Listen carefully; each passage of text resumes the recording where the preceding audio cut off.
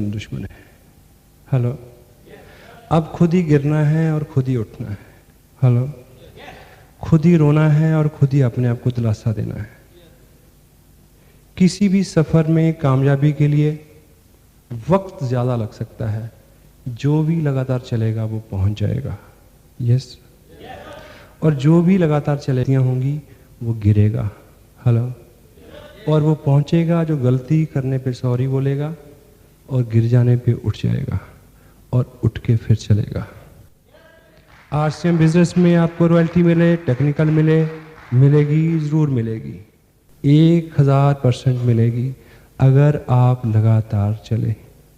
लगातार चलोगे तो गिरोगे, गिरोगे तो एक ही नियम है, कामयाबी का सबसे बड़ा नियम जो दुनिया के प्रत्येक क्षेत्र में हर व्यक्ति के काम आया, जिस नियम को फॉलो करके दुनिया में जब से दुनिया बनी है लाखों करोड़ों लोग कामयाब हुए, वो नियम है केवल एक, चलो, भागो, गिरो तो उठ जाओ, उठ जाओ।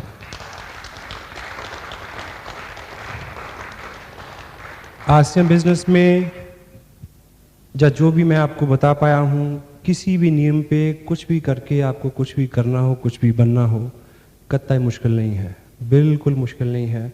धैर्य हो, कर्म में विश्वास हो, लगातार चलते रहें, गिर जाएं तो उठ जाएं, उठ के फिर चलें, फिर गिरें तो फिर उठ जाएं। This is the only principle. Would you follow it? Yes.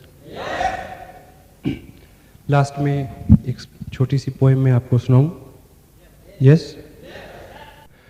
मेरा बचपन बहुत अच्छा तो नहीं था, मगर याद बहुत आता है। मुझे अपने बचपन की कई घटनाएं, कई मंजर, कई लोग याद हैं। उनमें से हैं एक मेरे पापा। मेरे पापा, मैं उनको बहुत पसंद करता था। मेरे पापा मेरे हीरो थे, वही मेरे शक्तिमान थे, वही मेरे स्पाइडरमैन थे, वही मेरे फैंटम थे, वो मेरे हीरो थे। मैं अपने पापा को बहुत पसंद करता था और मेरे पापा मेरे से काफ़ी बड़े थे। यूँ तो सबके ही पापा सबसे बड़े होते हैं, पर मेरे पापा मेरे से कुछ ज़्यादा बड़े थे, क्योंकि मैं उनका 7वां और आखिरी बच्चा था। वो बहुत बिजी रहते थे, बहुत मेहनत करते थे, वो मेरे से बहुत कम बात करते थे। मैं बहुत चाहता था कि मेरे पापा मेरे से बात करें, पर उनको बहुत कम समय मिलता था। वो मेरे से कम बात करते थे या मेरे से कभी बात नहीं करते थे।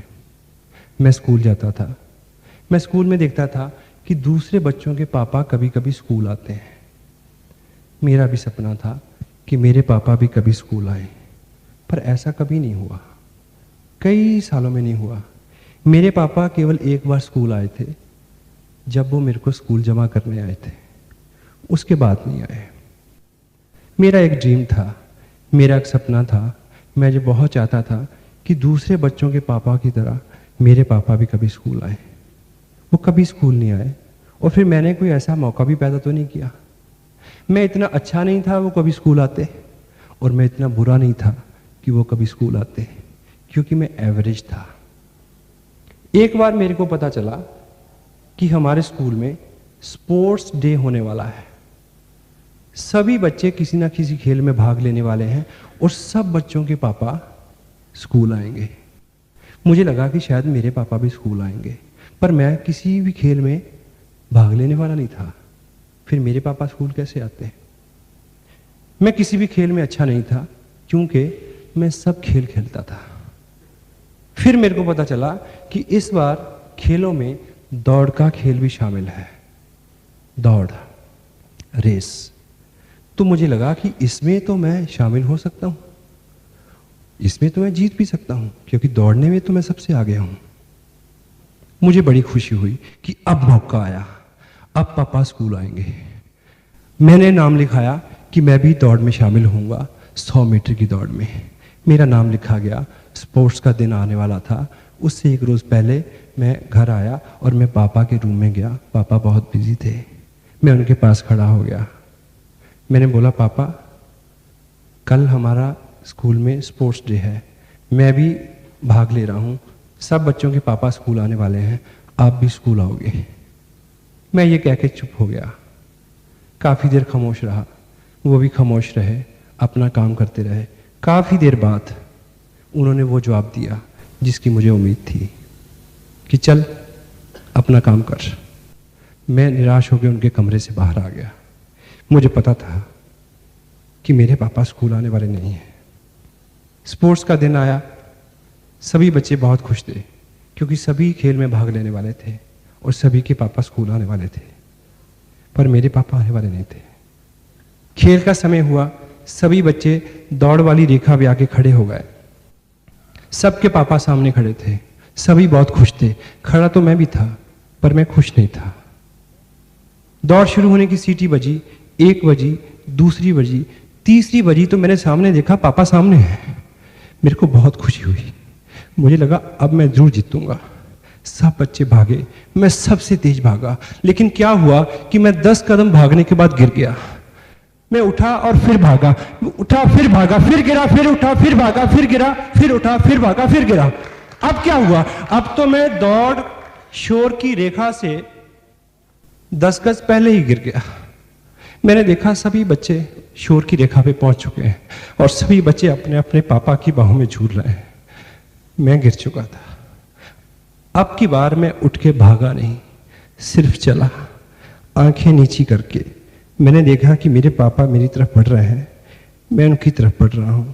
मेरा पूरा शरीर ठंड से सुन्न था, पूरा बदन कांप रहा था, मेरे गाल शर्म से लाल हो चुके थे। मैंने बढ़ते बढ़ते पापा के कदमों को आगे आते देखा और उनकी टांगों से चिपक गया और मैंने बोला, पापा आई एम सॉरी पापा, मैं हार गया, आई एम वेरी सॉरी। पापा ने मेरे को उठा लिया, गले से लगाया जैसे पहली बार लगाया हो और मेरे कान में बोला कि बेटे तुमने एक चीज नहीं देखी कि तुम इस दौड़ में 5 बार गिरे और 5 बार उठे, तुम 5 बार जीते हो, 5 बार।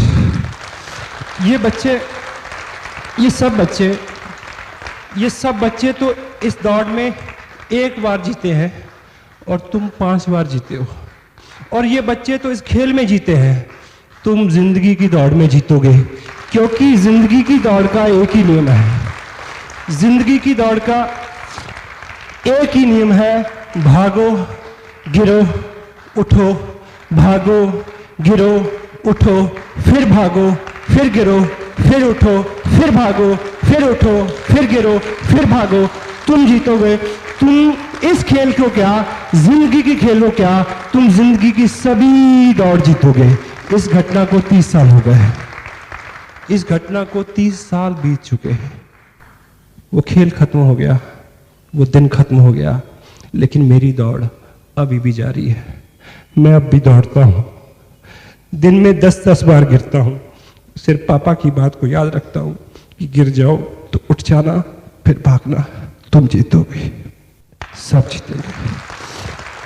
एवरीबॉडी, हर वो व्यक्ति जीत सकता है, हर वो व्यक्ति जीत सकता है, हर वो व्यक्ति जीत सकता है जो दुनिया के सबसे गोल्डन रूल को याद रखे कि लगातार चलना है। जो चलेगा वो गिरेगा। गिरने वाला अगर उठ जाए, उठ के फिर दौड़े, गिरे, फिर उठे, फिर गिरे, तो निश्चित रूप से सब जीत सकते हैं। Every and each individual can win if you will keep this principle in his mind. Whenever you fall down, get up and run and you will win. Boom.